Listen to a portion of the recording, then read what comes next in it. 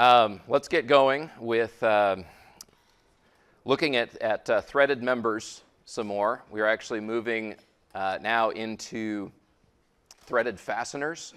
And there's a few things with respect to threaded fasteners that we've got to deal with. Before we get super deep into it, the first thing I want to do is just show you the picture of a bolt and talk about it a little bit, because it's likely you've seen these before, but you may not have ever looked really closely at certain things. And so let's talk about how a bolt is shaped and some features that exist on these bolts often.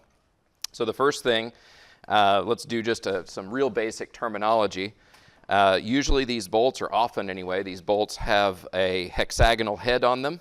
Okay, so that's what I've labeled head over here. The reason it's got a hexagonal shape is generally so that you can apply torque to it.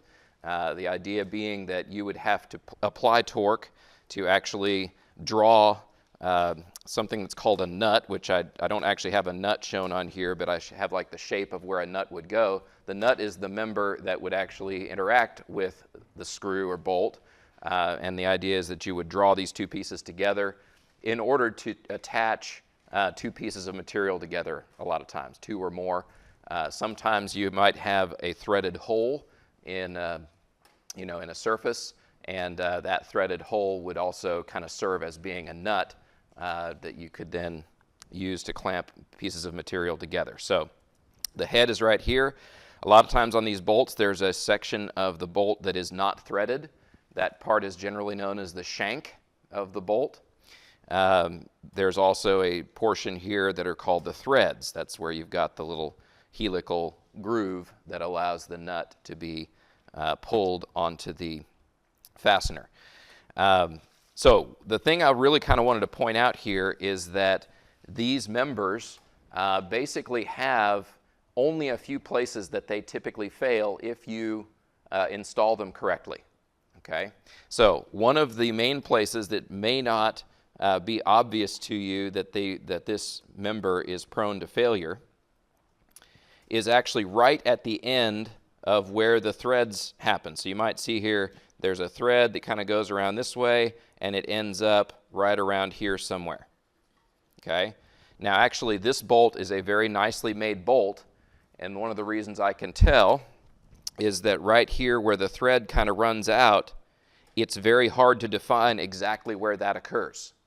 Okay, if you have a bolt where the thread goes along and it abruptly stops, that creates a stress concentration right there, and that is a very likely place that when a bolt fails, it might occur right at the end of where the threads are on the member due to the stress concentration that's caused by the end of that thread. So they typically taper them out like this so that they try to minimize that effect by tapering out the end of the thread right there. Okay, where else do you think the threaded member might fail first?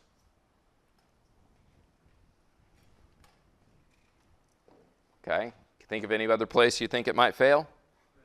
Okay, it might fail in the threads. Okay, if it does fail in the threads, there's actually a place where it starts to fail first.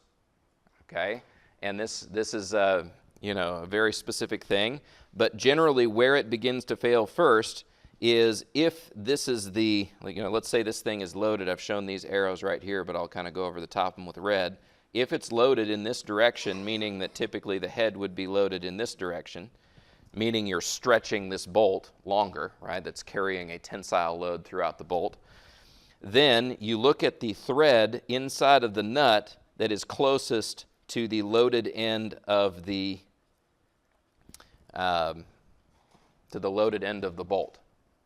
Okay, so that's another place where you might have first failure in a threaded member like this. All right. By the way, there's a good chance to just mention there's a pretty good rule of thumb out there that you should always have at least 3 threads engaged into a nut, or else you haven't actually gotten as much strength as you should have out of the fastener. So that's a kind of a rule of thumb, is that if you don't have at least 3 threads, like you can count them 1, 2, 3, like this, inside of the nut, then that's usually a bad thing, and you don't have full strength of that. Another thing I'll mention here real quick, and this is also getting kind of into the weeds, it is when you are loading a fastener like this, it is actually putting the threaded bolt in tension inside of the nut, but it's actually decreasingly so. So there's a lot of tension here in the bolt, there's less tension here, there's less tension here, and so on and so forth, and at some point it does you no good to have any more nut. Okay, because you're actually going to carry all of that tensile load distributed across the first threads in the nut, and at some point it stops being, stops carrying load on the later threads. And the reason for that is that it actually, as it stretches the bolt gets a little bit longer. It's actually, while it's doing that, it's putting compression in the nut. So the compression starts here. There's a little bit less compression here. There's a little bit less compression here in the nut. And so it's actually causing the pitch of the nut to collapse a little bit while the pitch of the screw expands a little bit right there where they thread together. This effect causes it to, the threads themselves stop being as effective the further away they go from the side that's loaded. Does that make sense? One of the things they actually do about this, and I might mention this again later, whenever you are putting a threaded bolt into a threaded fastener, especially if they are high-end ones, if they are nicely made pieces, they actually start out the pitch of the bolt slightly different than the pitch of the nut. All right? They actually start out the pitch of the bolt to where the pitch is the pitch of the bolt is a little bit smaller than the pitch of the nut. That way, whenever you load it, it stretches the bolt out and the nut starts collapsing a little bit, and at some point those pitches match and you do a better job of distributing load across the threads. All right, so that's kind of an interesting thing. They actually do that whenever they manufacture these parts to help with that process. All right, so that point right there, right on the outside of the nut, is another place where the bolt could have failure initiate. Okay? Where else do you think you might have a problem? Okay, right up here at the top, the fillet relative to the head, okay, kind of anywhere around here, you could have a failure initiate right there too, especially if at some point during installation someone damaged that fillet. Okay, you might actually be able to see there, I'm going to erase this so you can maybe look at it. You can see that interface right there is rounded a little bit, all right? That's extremely important. If you don't have this little fillet in here where it's rounded, that ends up making more of a stress concentration underneath the head of the bolt than you want, and the head of the bolt can actually pop off due to a stress concentration that kind of builds up right there. Okay? One thing to say here real quick is that bolts, especially if you get high-end ones, they are strong material, and a lot of times that moves them further away from being ductile and into a range where they end up being closer to brittle. Most bolts are actually at this really interesting place in between being brittle and ductile. You don't actually want them fully brittle. Okay, you want them to be a little bit ductile, but they are usually hardened and strengthened to the point where they have become less ductile and now are more brittle. So that means they are more prone to things like brittle fracture rather than some sort of a yielding. Okay, we'll talk more about that in another lecture. But the last thing I'm going to point out on this picture is that underneath the head of these bolts, you might notice there's this kind of little bump right here. See that? Okay, that bump is there on purpose. That actually is called a washer face underneath the head of the bolt. There's kind of a couple of reasons it's there. One of the reasons is so that the edges of the hex don't end up damaging the surface that you are putting the bolt into. Okay, so it kind of spaces that up a little bit, and those little bumps right there won't have as much tendency to mar the surface where you install the bolt. But it also makes it to where it's a nice, clean, and round interface surface where you can start doing this load. If you have these bumps, there's a chance that those bumps could dig into the surface and again create a stress concentration that would cause failure to initiate sooner. Okay? So there's a lot of stuff that's been thought through on these bolts that if you just glance at them, you may not notice. And I thought I'd mention a lot of these things right up here at the front end. All right. Today what we're going to try to do is analyze the stiffness of a bolted connection. Okay, this is important for one big reason, and it's this. How much load actually gets transmitted into a bolt is a strong function of how stiff that bolt is relative to the materials that it is clamping. Okay, and I'm going to show you here real quick conceptually why. So let's say that we can model a bolt as a really stiff spring. Okay, you with me so far? It's basically, the bolt can stretch a little bit, and even though it's a really, really stiff spring and it's not going to stretch much per unit of load you put on it, it will stretch a little bit. So think of that as a spring. And even though that bolt is a really stiff spring, the member itself that the bolt is clamping, the material that the bolt clamps together, is also like a spring, but it is usually an even stiffer spring than the bolt. So the bolt is like a really stiff spring, but the the material that it is clamping is even stiffer. Okay? And so what happens here, whenever you're getting ready to clamp these materials together, all right, I'm going to copy this. I'm going to show you what happens. Because the bolt, which is again that red spring right there, is not as stiff as the material that's being clamped, what it basically does is it stretches more. Whenever you're clamping this together, it stretches out. But it doesn't mean that the material that's being clamped doesn't stretch at all. It collapses down until they have now the same sort of length to them. So you got the bolt and then all the material, they end up kind of occupying the same length. This one has collapsed down a little bit. Okay. Only a little bit. This one has stretched more than the other one has clamped down, and this is usually happening so that they are actually, the bolt is inside of the material that's being clamped.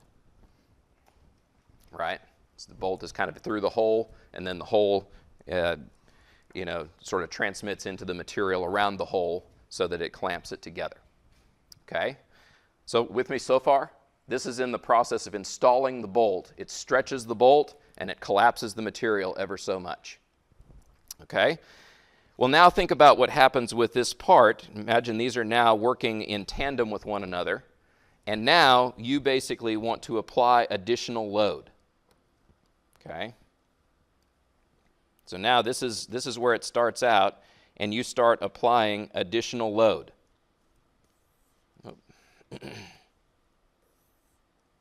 So you stretch it out. Now at some point, if you stretch it out far enough, what happens with the material that's being clamped? Yeah, it might reach the end of its compressive load that it was holding, and when that happens, then all of the load ends up getting transferred to the bolt. Each little additional piece of load that you increase goes all into the bolt once you've released all of that compression out of the material, right? That's a bad thing. That if you have a piece of machinery where that's happening, that is most likely going to lead to some sort of a problem. Okay?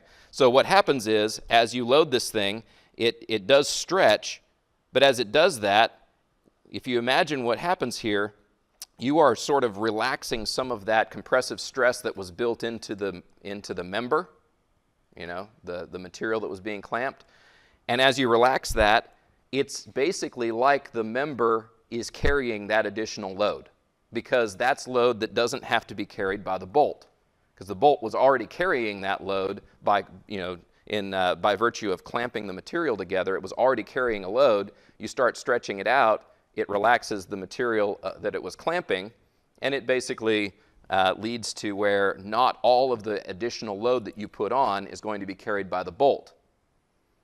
Does that make sense? Each little delta piece of force that you add onto there, some of it goes into relaxing the material, which decreases the amount of load that it's causing to the bolt, right? So anyway, the point with this is that when you start to load this thing, at least to the point where you get the member back to the height it already was, you are carrying that load. A portion of it goes into relaxing the member material, and a portion of it goes into additional load into the bolt. Okay? This is kind of the basis of a lot of the stuff that we're going to do, and that's why we need to find spring constants of the bolt and of the material that's being clamped. All right? Otherwise, we won't be able to do calculations as far as how this load sharing happens between the bolt and the material that's being clamped. Okay? So what we're going to do with this example problem that I have coming up here is we're going to analyze a bolted connection, and we're going to do a few things with this bolted connection. One of the things is we're going to select an appropriate fastener to do this. There's actually a nice little procedure that's outlined in the book that allows you to pick amongst standard size fasteners to be able to not have to incur yourself a whole bunch extra cost by specifying some kind of fastener that nobody makes. All right, so we'll start by choosing a length of the bolt for this job. What we're doing is we're clamping cast iron, a 1.5 inch thick piece of cast iron, into a 1/2 inch thick piece of steel. We're going to put a 5/16 N-type washer on one side, the side that has the nut. We're going to use a 5/16 inch bolt, and that 5/16 inch bolt is going to have a coarse thread. Okay, so the first thing there is to find the length of the bolt. Makes this work the best. We're then going to find the effective spring constant of the bolt installed into this connection.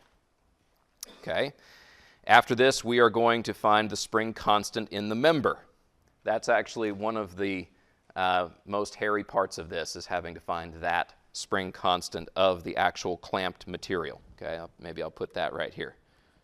Okay, this member, I'm referring to the clamped material.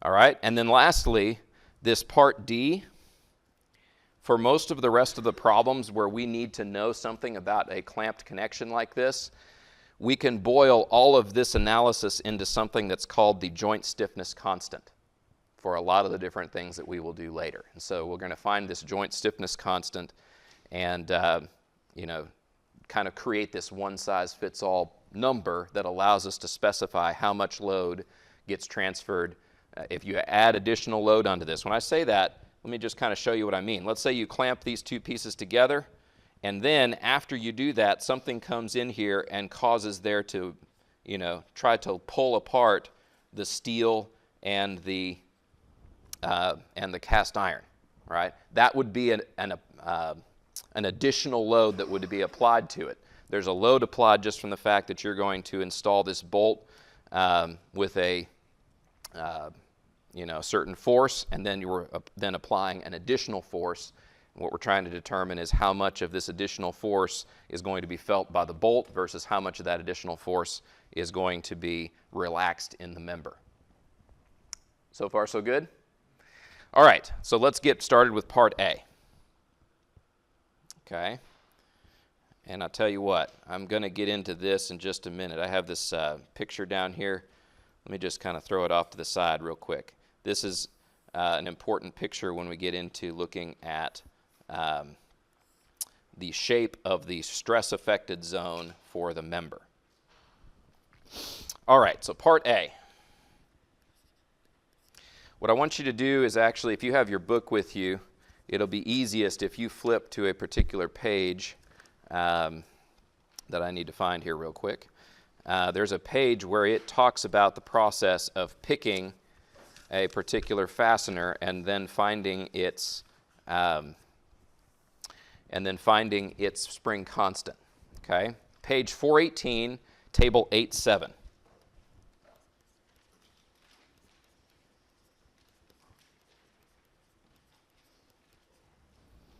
Okay, the first thing that you see on that page is a figure that shows you that you can either have two pieces of material clamped together with a bolt and a nut, along with a washer that's also there.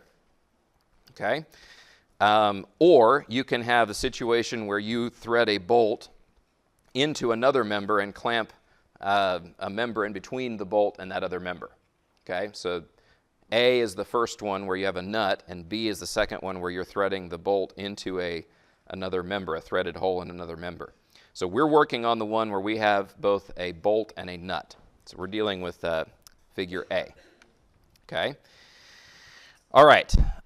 So what we need to do first, actually, is have a few pieces of information. We want to know how thick is the washer that is being used here, this 5/16 N washer. We also need to know how thick the nut is. Okay, you might notice that's kind of the first couple of entries there. We need to know washer thickness and nut thickness. Good news is we actually have a table that has that data in it. Okay, table A31 is for nuts. Okay, so table A31. We are dealing with a 5/16. All right. I don't know if I gave you, let's say that we are not dealing with a strange nut. We're dealing with just the plain old nut. That would be under the entry of regular hexagonal, which means that that nut is going to have a height of 17/64 of an inch.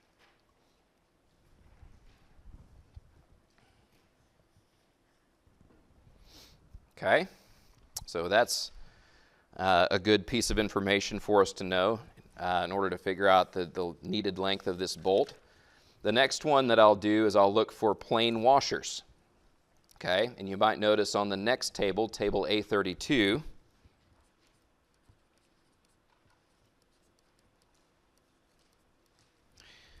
a plain washer that is 5/16 N. Okay, what we care about is thickness, 0.065 inches.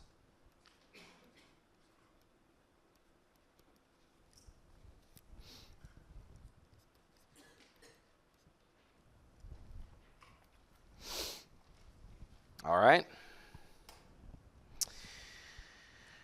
Good deal. All right, so now what we want to do is go back to page 418 and continue with this process. So the first thing it says here is we need to know what the grip length is. All right. The grip length, grip is a nice term for us to know. This is basically everything that is between the underside of the bolt head and the stressed side of the nut. The face that's on the, so basically for this one, I'll show you what that means. It's everything from here to here. That's our grip length. Okay? And so what is our grip length for our problem? So this is grip length.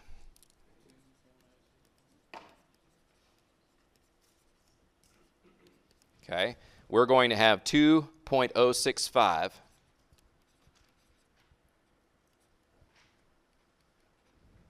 inches. Okay, awesome. It's a little bit more tricky if you're dealing with a bolt threaded into a hole. Why is that? It kind of goes back to what I was talking about a minute ago, that your threads don't all carry load. So basically your first few threads carry load, and after a while it doesn't matter how much more fastener you've got in the hole. Okay? And so that's why they have a little calculation here that to figure out what the effective grip length is, given the fact that some of the bolt doesn't actually matter that you've threaded into the hole. The deeper it goes, sometimes some of the later stuff doesn't matter. All right, so that's our grip length. The next thing we have to do is do a fastener length, and it says round up using table A17. All right, here's what that means. We start by saying what is the kind of the minimum length that we need. Okay, the minimum length, maybe I'll put a little subscript on here. The minimum length of fastener that we need is going to be L plus H. Okay, meaning we got to have enough bolt to where the length of the nut can go on there. And you generally don't want to make things, even though you might be able to get away with not having your entire nut occupied with bolt, right? that's generally not good practice. You want to have your bolt extend at least out to be flush with the end of the nut, right? That would be like down here. You want your bolt to go at least to where the tip of the bolt makes it to where it's flush with the nut. So that's what is ensured by the next equation in there that says we need to do L plus H. So 2.065 inches plus 17/64.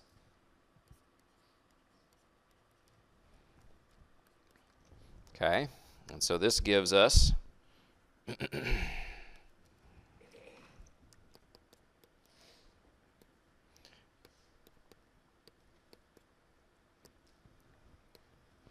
2.3306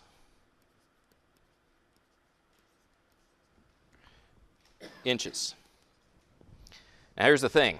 You don't typically call up a bolt manufacturer and ask them for a 2.3306 inch long bolt. All right?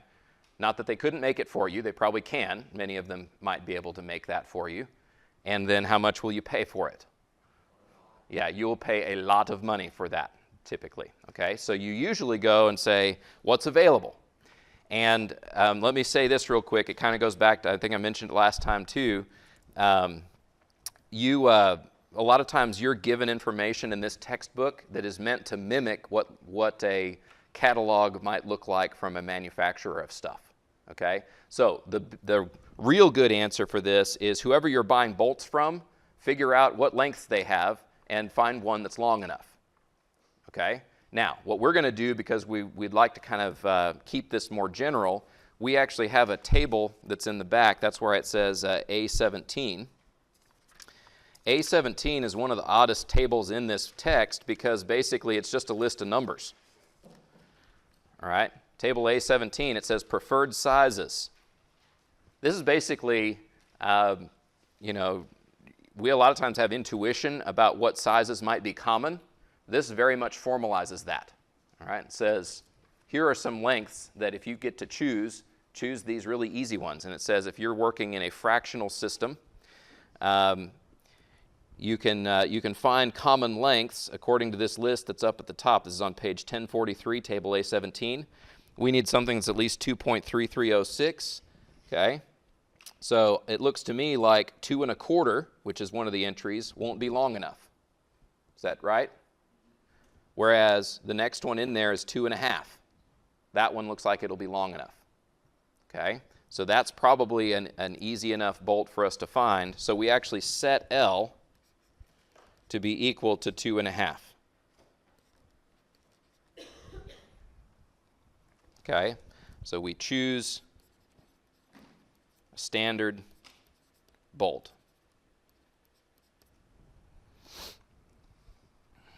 Okay, now the next thing for us to do is to determine how much of this bolt is threaded. Okay, because they generally will have a shank on them, and the spring constant in the shank portion of the bolt is going to be different than in the threaded portion because some of the material is missing. All right? So what we do is we go down and we find the length of it that is threaded. This is also generally a fairly standard thing for bolts. So LT is the threaded length, and it says that you're going to have, if your bolt is less than or equal to 6 inches, you're going to have 2 times the diameter. The diameter for our bolt is 5/16 of an inch. You just use the nominal diameter there. Plus, where is it? 1/4 inch.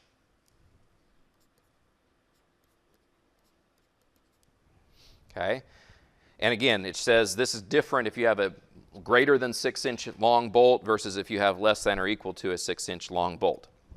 All right, so let's go ahead and put this in. So we have 2 times 5/16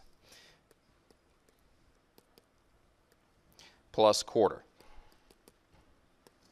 And so this tells us that we should have 0.875 inches of threaded stuff in the fastener.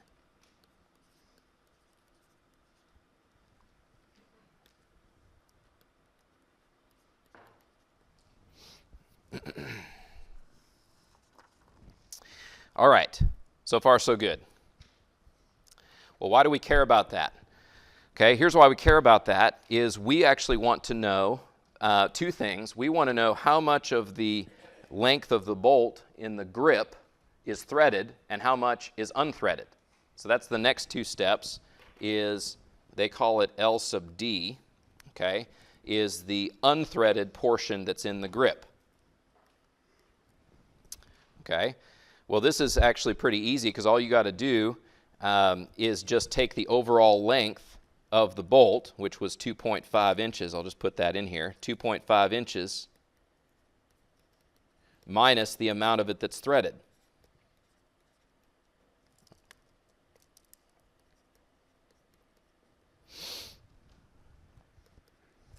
Okay, and that ends up giving you 1.625 inches of unthreaded. This is the shank length, basically. This is the unthreaded portion of the bolt. Okay, and what we'll do then is we'll figure out what the threaded portion is that's in the grip. So they actually use a lowercase l here to talk about that. And what we do there, okay, the equation actually says it is the grip length minus the length of unthreaded stuff in the grip. Okay, which, you know, that should basically make sense. The grip length again was 2.065, and we're going to subtract from that 1.625 inches to get the length of unthreaded stuff, excuse me, the threaded stuff that's sitting inside of the grip. All right, so what that ends up giving me, I believe I have that calculated, 0.44.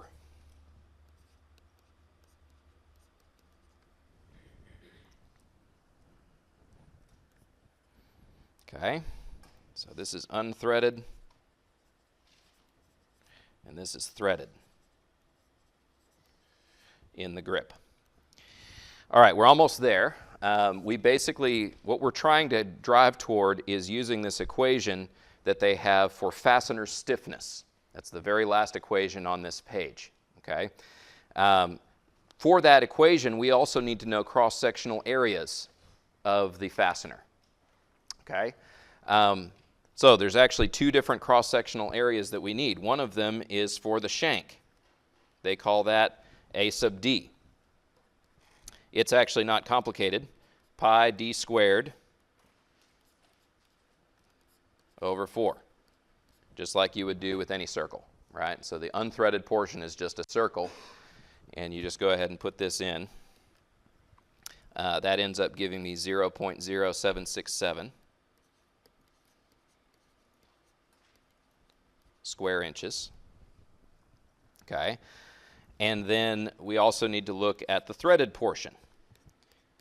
Okay, now for the threaded portion, that might look like something that might be a little scary for you to just look at that. Here's the good news. This one's actually even easier because it is tabulated for you for different standard threads. Okay, so if you go back here, we're dealing with a 5/16. So this is table 8.2.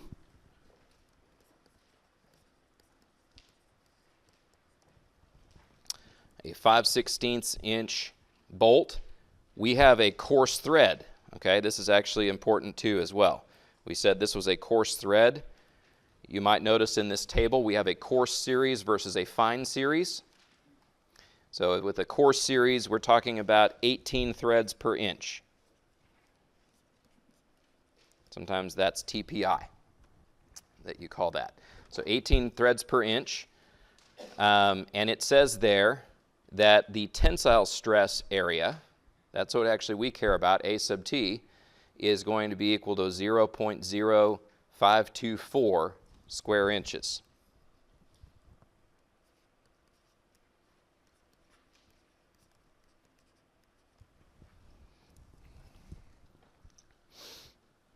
Okay.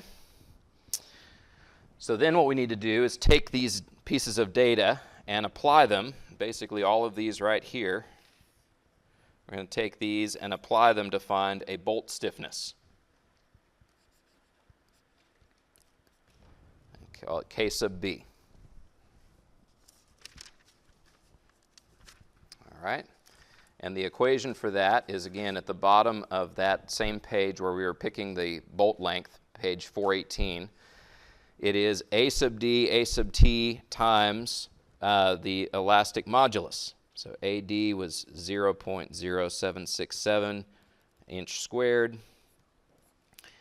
0.0524 inch squared, times E, okay? We don't have any reason to use something other than just plain carbon steel as far as the elastic modulus. So this is just going to be 30 times 10 to the 6th psi.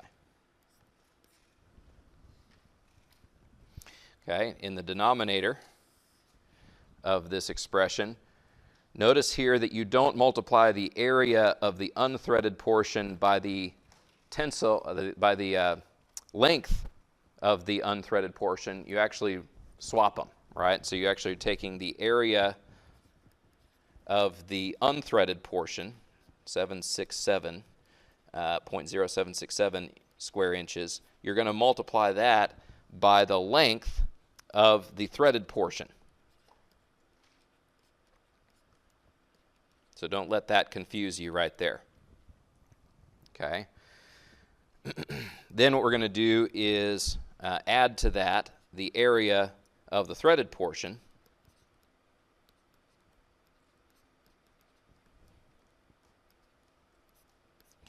Multiplied by the length of the unthreaded portion. Okay, and if you're curious where this came from, it actually goes through how they got this on the following page, so page 419. It is actually just a calculation for springs that are in series with one another, okay, which actually works very similar to resistors that are in parallel with one another. It's the same type of math, so that's just a side note. You don't need to do anything with that, but anyway. So now what we end up with is a spring constant for our bolt that ends up being 1.014 megapounds per inch.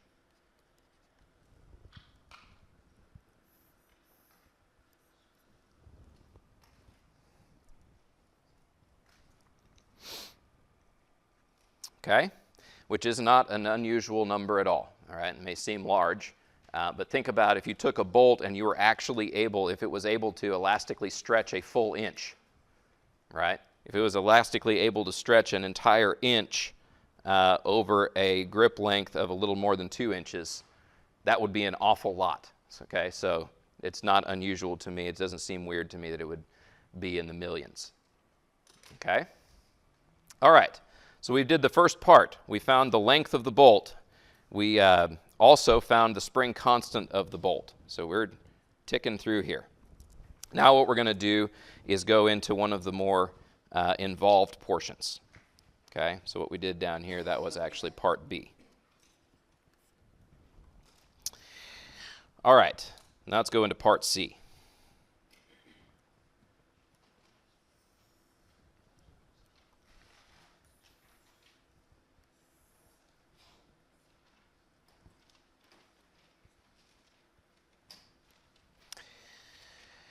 All right, here is where I need to bring back in wherever my little picture went here.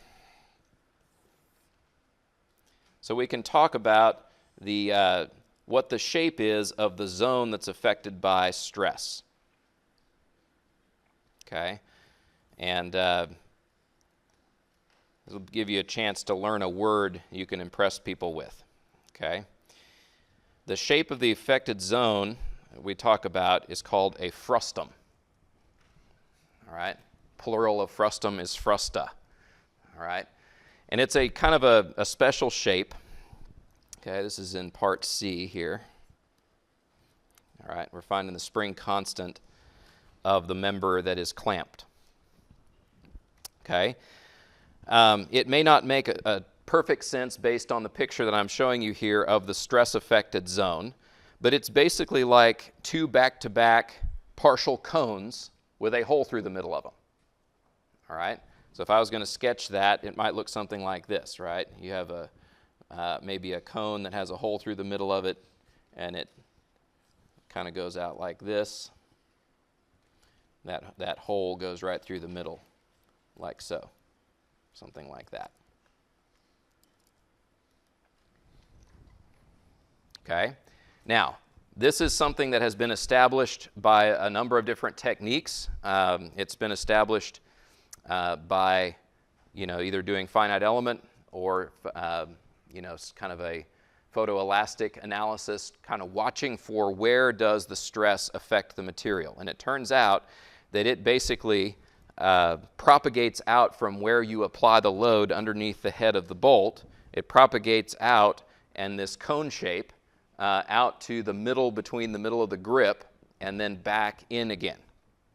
Okay? And so you might notice there actually that this says L/2. That includes everything that's in the grip. All right? So that basically the shape of this is more or less independent of the types of materials that are being clamped. All right? The shape of the stress-affected zone doesn't really care what kinds of materials are being clamped. All right? We're going to come back to this figure in just a second, but notice some of the variables that are on here. We're going to need to use those in just a moment. For now, let's actually start looking at what the shape of these frusta are for the actual grip that we are clamping. Okay? So I'll slide up there and we'll start doing it. One last thing I'll actually mention before I get into that. This alpha value that's right here, they've done tests on a lot of materials, and it basically turns out to be right at about 30 degrees. Okay? So we're not going to debate that number. We're just going to use 30 degrees.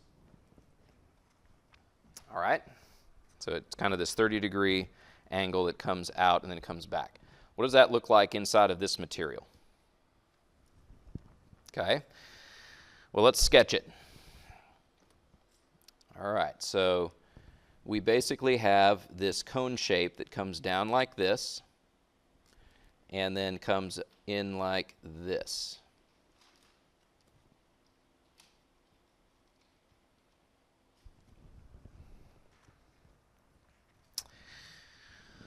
All right, and there's a few complications that happen because of the shape of this. And so I did want to show you one that was more on the complicated end for how you actually evaluate the overall spring constant. By the way, this happens on the other side as well. So it goes out to here and then down something like this. So that's the stress-affected zone. And what we're trying to do here is determine what the spring constants are of the various phases of this set of partial cones or frusta. Okay? Let me do it this way. I'm actually going to shade in some areas. So one of the areas is all cast iron. Okay? And it goes down to where it reverses direction.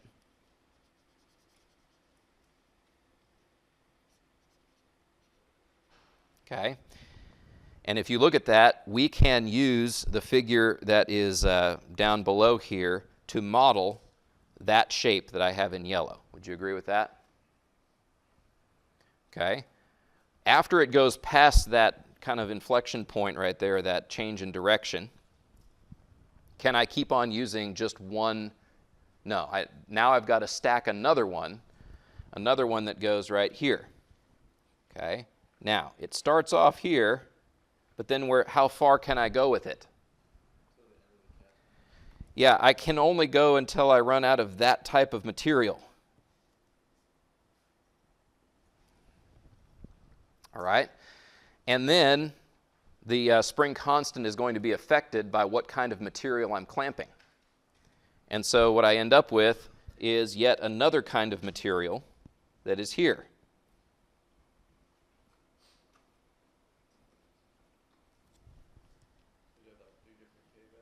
Okay?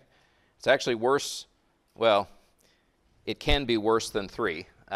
It actually turns out that it's not worse than 3 because the washer is also steel. Okay? So this actually brings up a point that I'm going to, without just glossing over it, I'm going to talk about this.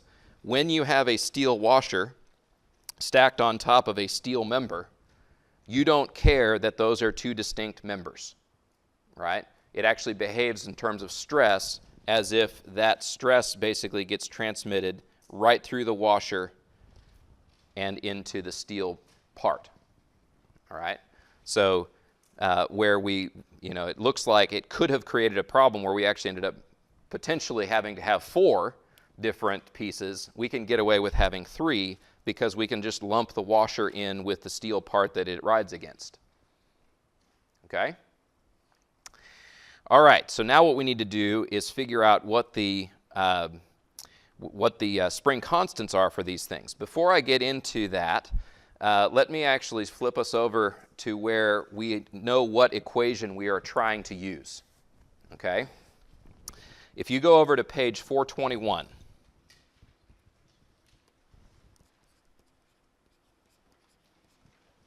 okay, it says that K is equal to 0.5774.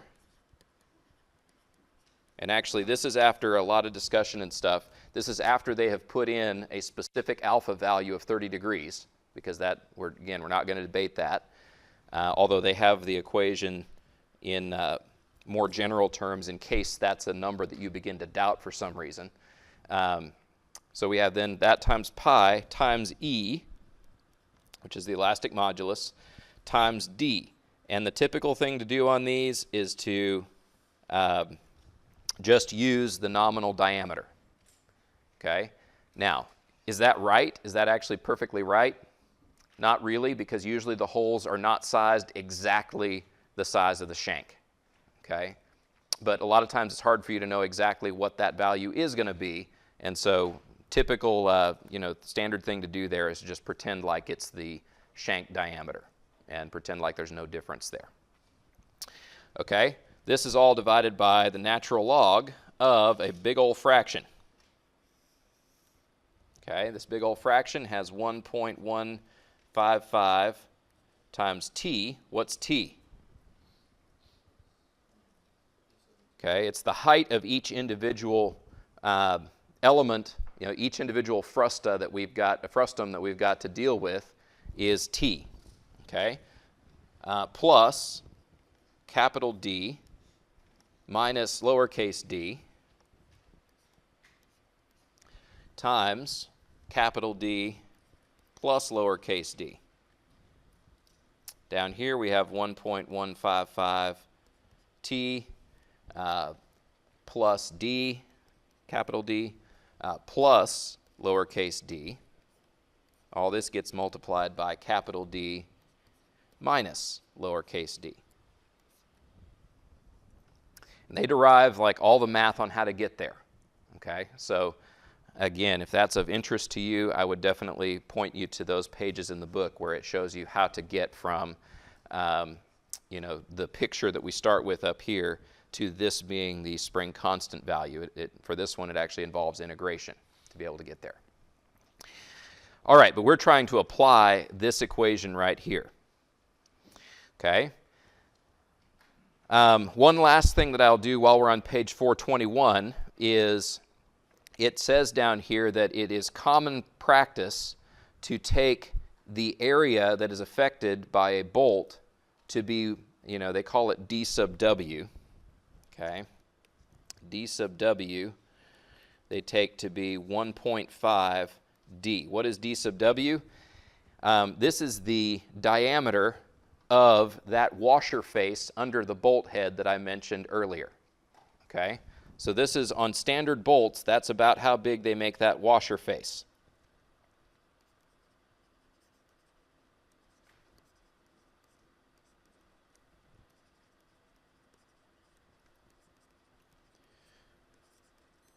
And one of the reasons I need to kind of write this down really explicitly is one of the pieces of data that we did not pull out of table A32 for the washer was its diameter, but it was available in there.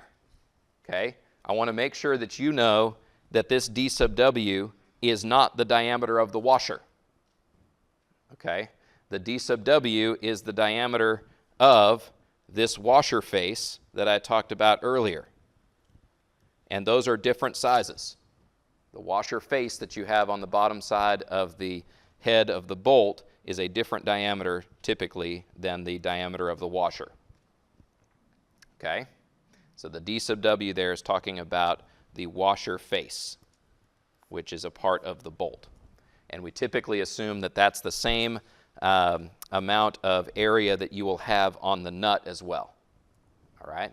So these are some important lengths. Let's do this. I'm going to slide this down and let's start looking at the specific geometry of what we have right here. Let's start with the yellow piece in the cast iron. Okay? It's actually a relatively easy place to start. Okay? One of the things that we need to know is how far is it from here to here? So how far is it? Half of the grip length. The grip length was 2.065 inches. So this much is going to be 2.065 over 2, which gives me 1.0325. Okay.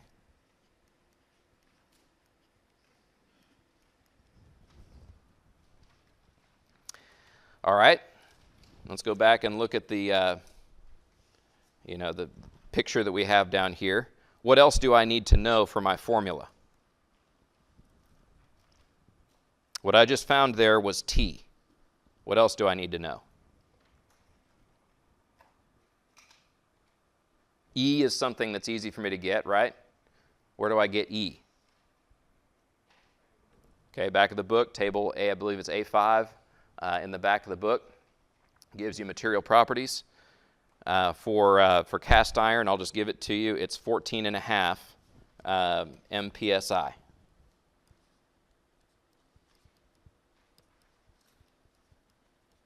Okay, so that part's easy. What else?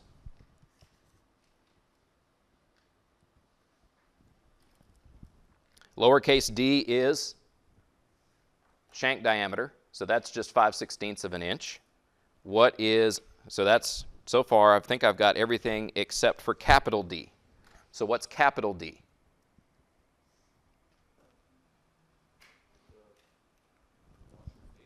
Okay, yeah, for at least for this portion of it, it's going to be, and kind of maybe I'll start general. It's always going to be the outer diameter of the narrower end of the frustum. Okay, outer diameter of the narrower end is what this picture is showing you. Okay, so what that tells you there is it is going to be the washer face diameter, which is just going to be 1.5 times that the shank diameter of the bolt. Okay, so I'll just put that in. So this diameter right here is 1.5 times 5/16.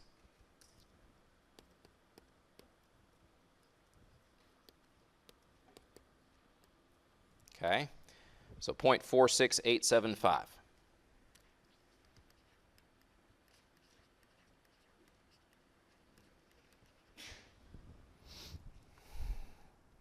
All right, we have everything we need to know to compute the spring constant of at least the yellow frustum that's shown right there. Okay, now in the interest of time, it actually takes a long time to punch these in. Well, it's not too bad, but it's, it's a little bit of a long equation. So I did a quick little MathCAD sheet here. Okay, and let's make sure that I've got the different pieces in here correctly. All right, actually I may have been messing with it. So D was 5/16. E is, what should E be right here? Okay, this should be 14.5. Okay, times 10 to the 6th. D was what? Okay, 0.46875. What's T? All right, 1.0325. Okay. Does that get everything correct, do you think? All right.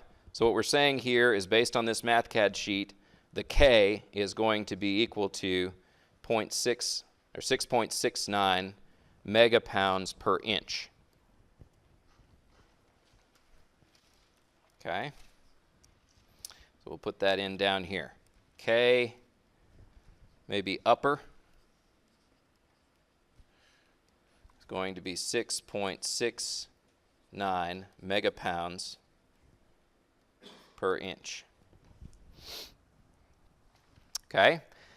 All right, now what do I need to do for the steel one?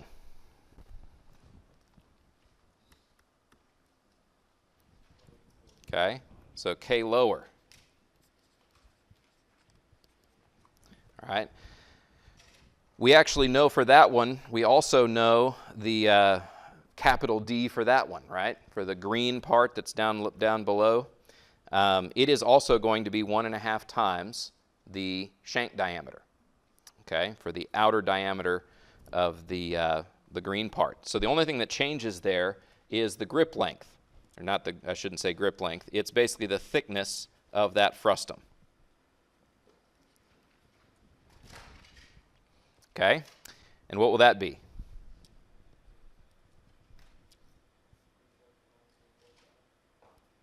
.565 inches. Do you agree with that? Because it's the thickness of the steel portion plus the washer. Okay, so let me put that in here. That T becomes 0.565. What else needs to change? That's right. The modulus of elasticity here is no longer for cast iron. Instead, it should be for steel. Okay. That ends up giving me 16.4 megapounds per inch. Okay. The diameter should stay the same because it's the same washer diameter versus, for the top versus the bottom. All right, so let's put in here 16.4 megapounds per inch.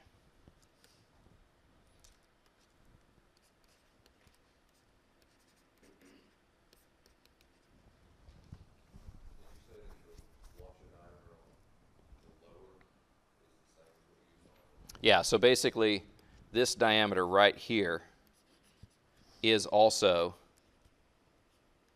because that's the diameter to where it actually, the stress affected zone goes to the nut, right? That diameter is also 0.46875.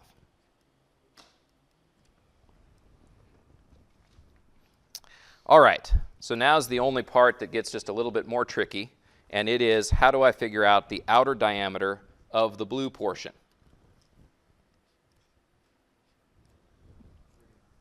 Okay, someone says trigonometry. I say, okay, I agree with that. So let's actually work that out real quick. We'll do it this way. We'll say we have a shape that is basically like this.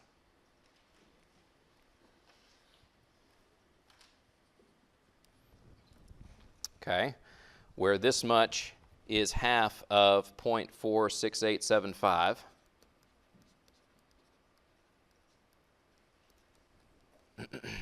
inches on that side, which means that if I raise a line up here, that's the same amount that I have right here.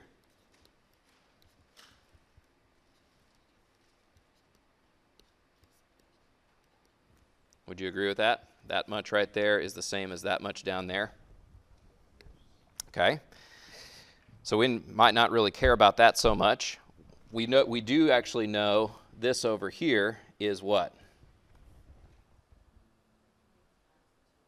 Okay, so this over here is going to be the, if I'm looking at that green portion down there, it's going to be equal to 0.565. We just found that, right? Okay, and this right here is 30 degrees. So what is this length right here?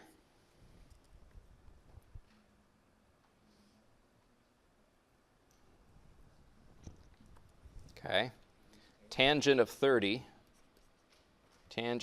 degrees is opposite over the adjacent. So I'll just give that value, I don't know, I'll just call it A. Okay. It's equal to A over 0.565 inches. Okay. Which tells me that A is equal to 0.565 inches times tangent of 30 degrees.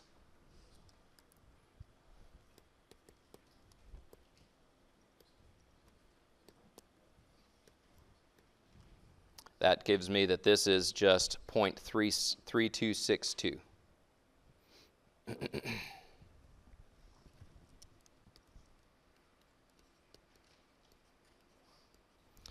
So how do I figure out D?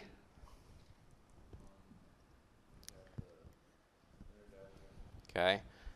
Yeah, I actually do it this way. You know, your big D like this is equal to 0.46875 inches plus 2 times 0.3262 inches. You see why that is?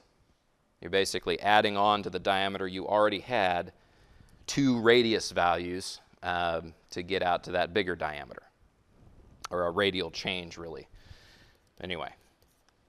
Okay, so let's add those together. So 0.46875 plus 2 times 0.3262. Okay, and that gives me 1.12, we'll just say 1.121.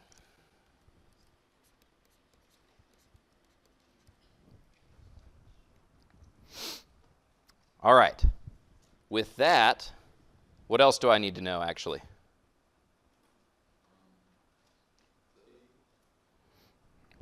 Okay. T. What's T? Okay. That's what I'm left over with up there. It is going to be equal to 1.0325 minus 0.565.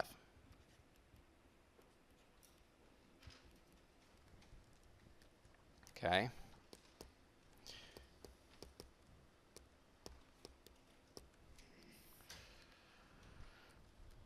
Which gives me 0.4675.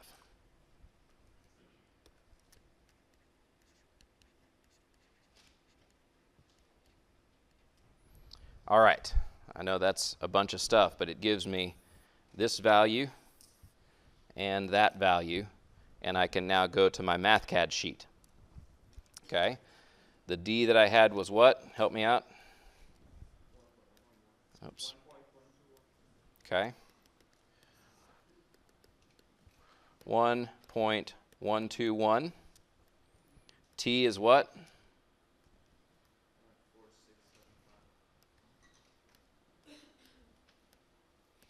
And what else needs to change? Okay, I'm back in my cast iron portion, so I need to change my E again. Okay.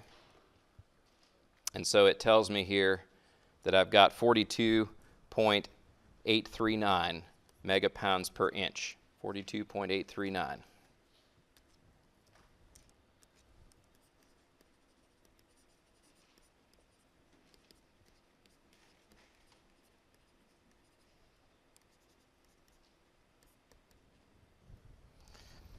All right.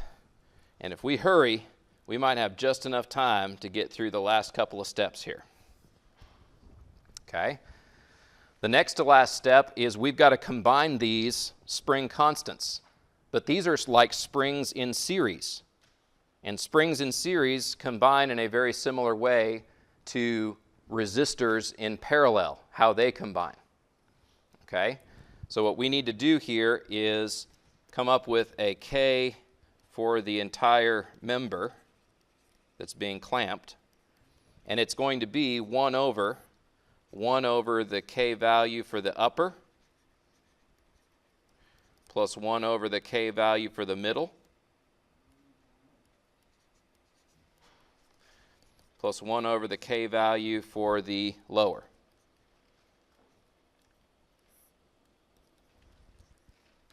Okay, so I have 1 over, okay, here I've got 1 over 6.69 plus 1 over 16.4 plus 1 over 42.839. And this gives me 4.277.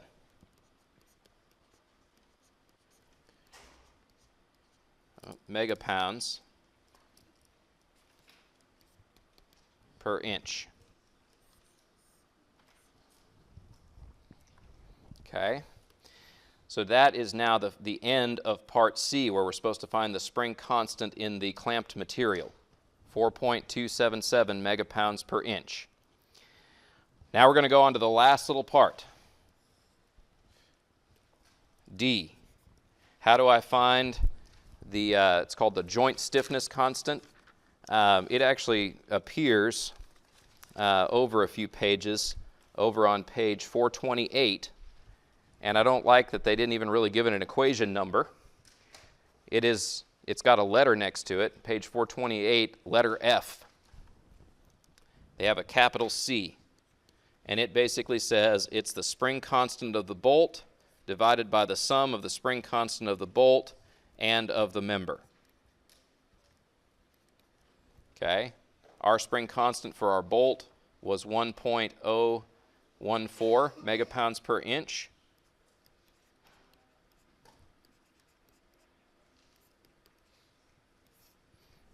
And our spring constant again for the bolt, 1.14 megapounds per inch. To this I'm going to add 4.277 megapounds per inch.